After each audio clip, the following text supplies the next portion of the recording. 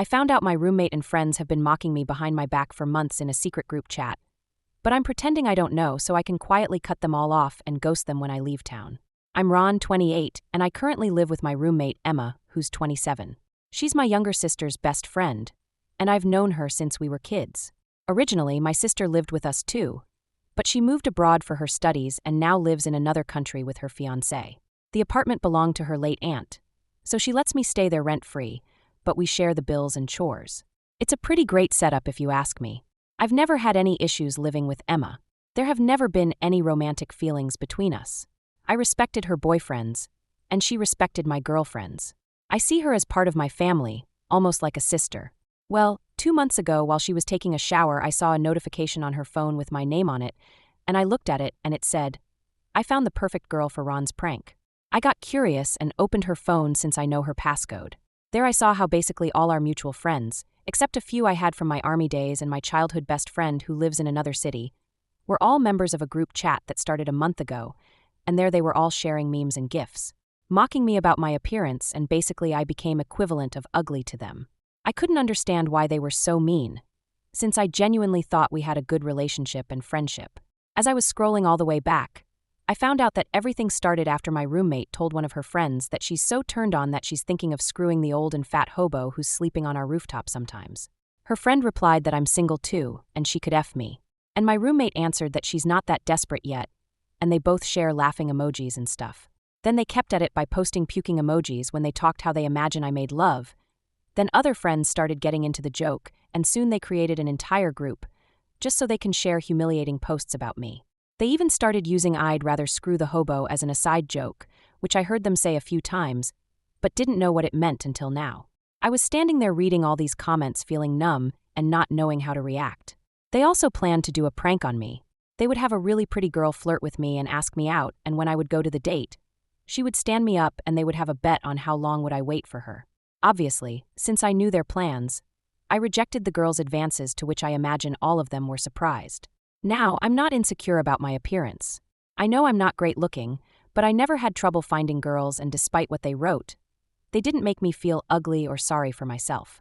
I'm just hurt that they would do something like that, since I never did anything to warrant such mockery.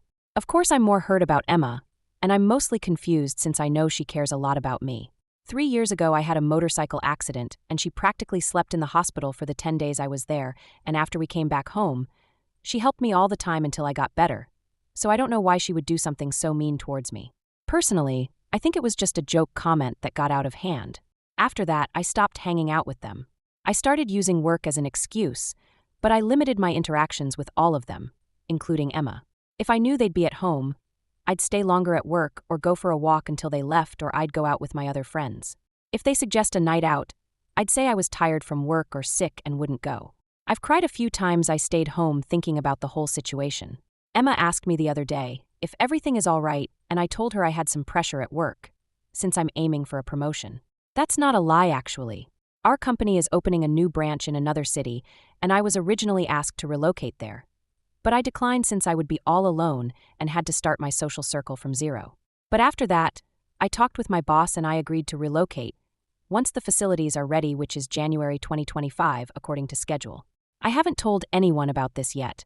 The reason for this post is that about a week ago, I once again looked at her phone to see if they keep the group chat. There I saw that they kept making fun of me, but some of them pointed out that I stopped interacting with them and wondered if I was all right or something happened to me. One even asked if there's a chance I know about them making fun of me, but they all dismissed that, saying they haven't said anything, and they even dared to say that even if I knew, it's all harmless anyways. Emma told them about my promotion, and it convinced them that I'm just stressed about work, and then they continued mocking me with memes, this time about my job. I don't even know their motives at this point. I don't get it at all. I realize that there's no going back anymore, but I also realize that in the last 2 months, I haven't had any fun. So my plan now is to keep pretending I don't know anything, but start hanging out with them again, because since I won't see them anymore after 5 months, I can at least have some fun. I used to like going out with them, so for the next few months, I can pretend they're still my friends. We actually do plan to go out all together to see a movie, and then for some drinks. When time comes and I'm ready to leave, I'll leave without informing anyone, including Emma. Once I'm out and away, I'll block them all besides Emma, since I care about her and want her to know that despite anything, I'm there for her. And if anyone tries to contact me or pretend they care about me leaving, I'll simply send Emma the screenshots of their chat, and I hope this will shut them up. Anyway, thanks if anyone read this. Edit. Wow, I didn't expect all the support and love. Thank you. I realize that it's a situation that most people wouldn't want to be in, so treasure your real friends. I want to clarify some things. As I mentioned in my post, I do have friends outside the group. I have my army brothers that we meet twice a month and message a lot, who I know have my back as I have theirs, and my best friend, who lives in another city that will be very close to me after I leave. It's basically an hour driving. We talk daily, and I think he'll be excited once he finds out I'm going to be so close to him. The people in the group chat are mostly our mutual friends since university or past jobs. Not all of them talk bad about me, but they're all members there, so I guess it's the same in a way. They usually hang out at our place where we watch movies, play board games, etc. I feel bad for losing them, but it doesn't compare in the thought of losing my best friend or my army brothers. About my sister. I didn't tell her because then she would tell Emma and then they'd all know, which is what I've been trying to avoid. If I wanted them to know, I'd tell them. I'm not afraid to tell them because I'm desperate for their friendship. No, I don't want to tell them because I don't want the drama. I want to avoid it. I work more now in my job to learn my new role. So the last thing I want is to deal with all that drama of fake apologies, etc.